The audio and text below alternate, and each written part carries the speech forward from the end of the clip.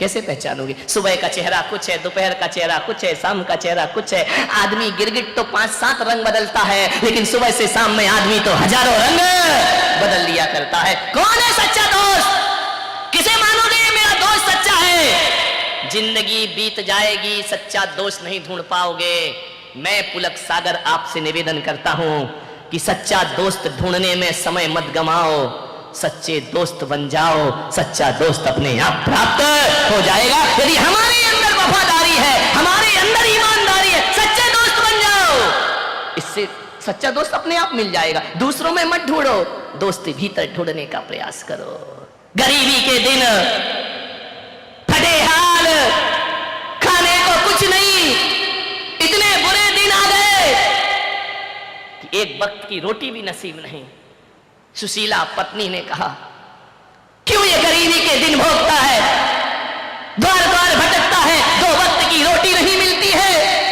एक काम कर, जा द्वारिकाधीश के पास जाकर के अपनी गरीबी बताना।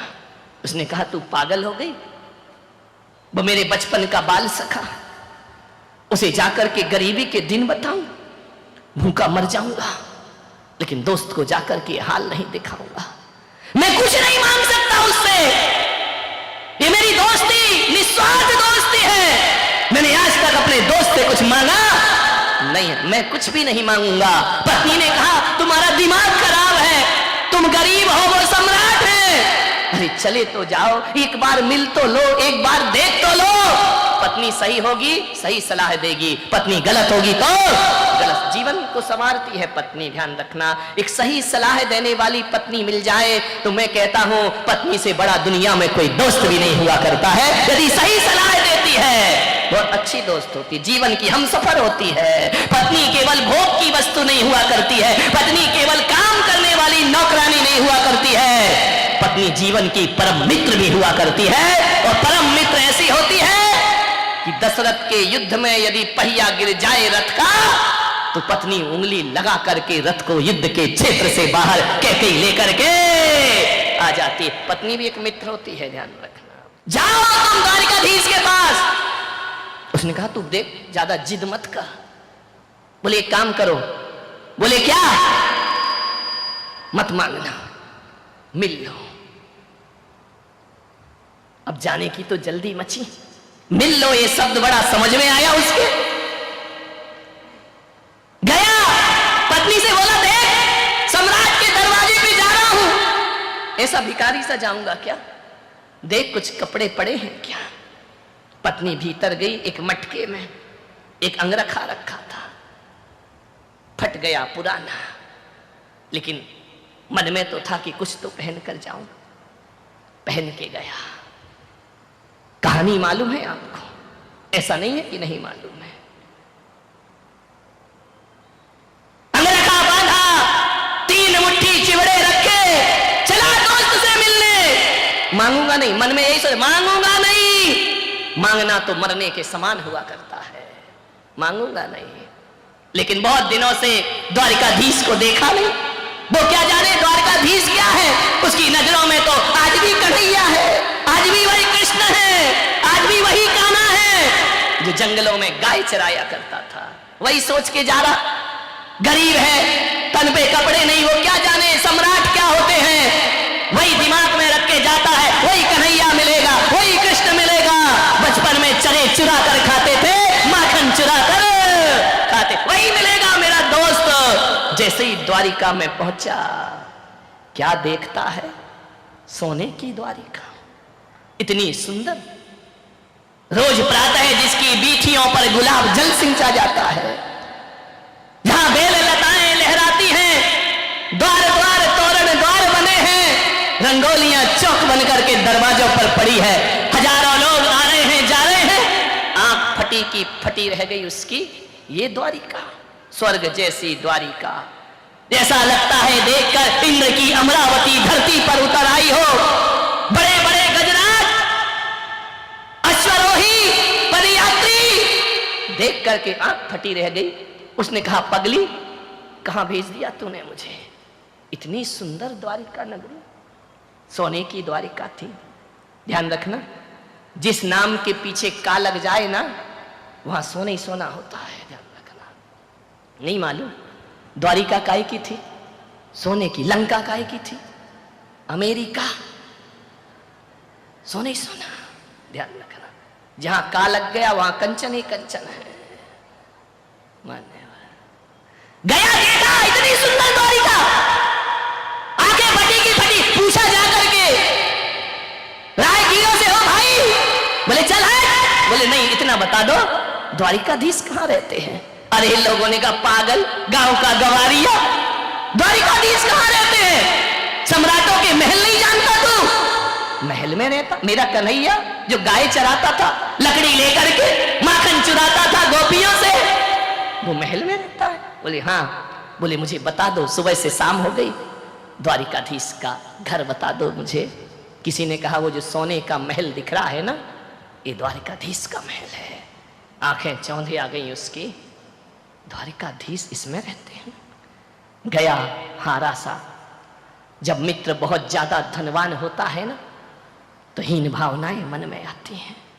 ये क्या पहचानेंगे मुझे? ये क्या जानेंगे मुझे? ये मुझसे बात करेंगे या नहीं करेंगे?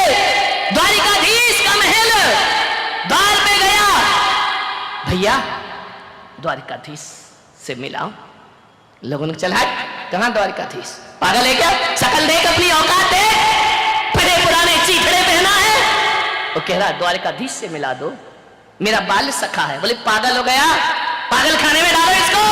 द्वारिकाधीश और इसके मित्र, ये फटे हाल कंगाल भिखारी, पागल हो गया है। कृष्ण महल में थे, द्वारिकाधीश भोजन को बैठ रहे थे। रुक्मणी ने भोजन परोसा, सत्यभामा पंखा जल रही है। कृष्ण कलश लेकर हाथों का आचमन कर रहे हैं, भोजन के लिए बैठना है।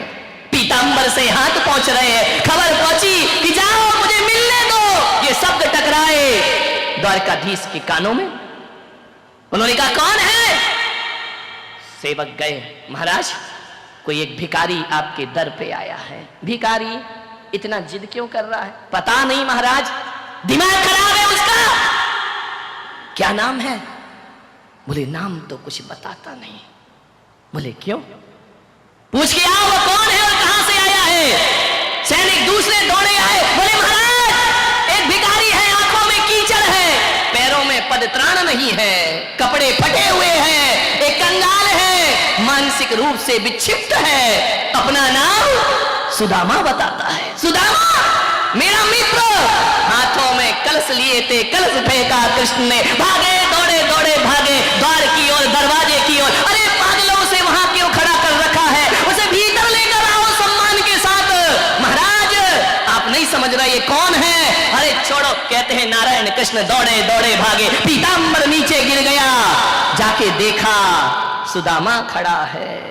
पगले देखा सुदामा ने पीतांबर वस्त्र धारण किए, मोर मुकुट धारण किए, नारायण श्री कृष्ण। राजसी के प्रासाद में द्वारिकाधीश नजरें झुका ली सुदामा ने। कृष्ण ने कहा मित्र तुम यहाँ कैसे खड़े, क्या हाल बना रखा है तूने? लिया कृष्ण ने और आलिंगन बद्ध कर लिया अपने मित्र का। मान्यवर शायद तुम्हारे रिश्तेदार भी वो प्यार नहीं दिखाएंगे जो प्यार एक दोस्त और मित्र से प्राप्त हुआ करता है। लपेट लिया आलिंगन में, संकुचित है सुदामा, क्या करे इतने बड़े सम्राट और मैं कहां का कंगाल भिखारी।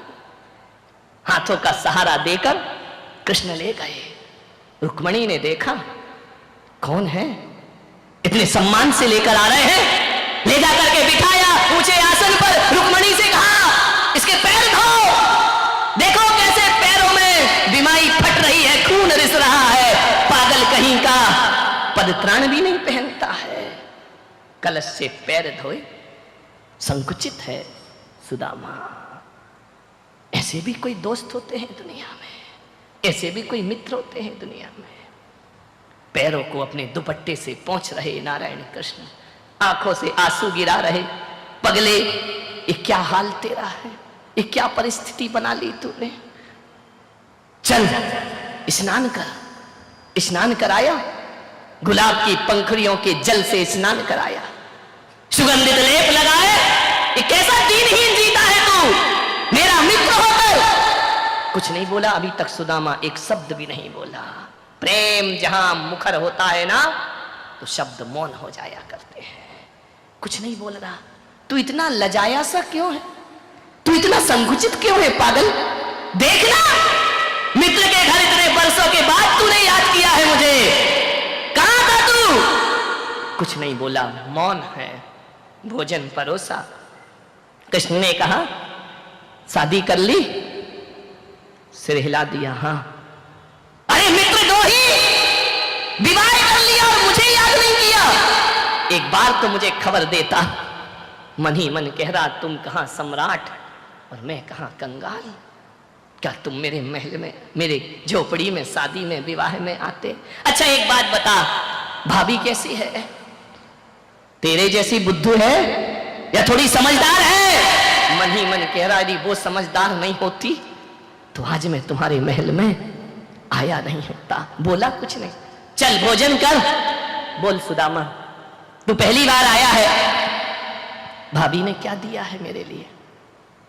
सम्राटों को एक भिखारी ने क्या देखी? हाथ से पकड़ लिया, कमर में बंधा हुआ था दुपट्टा।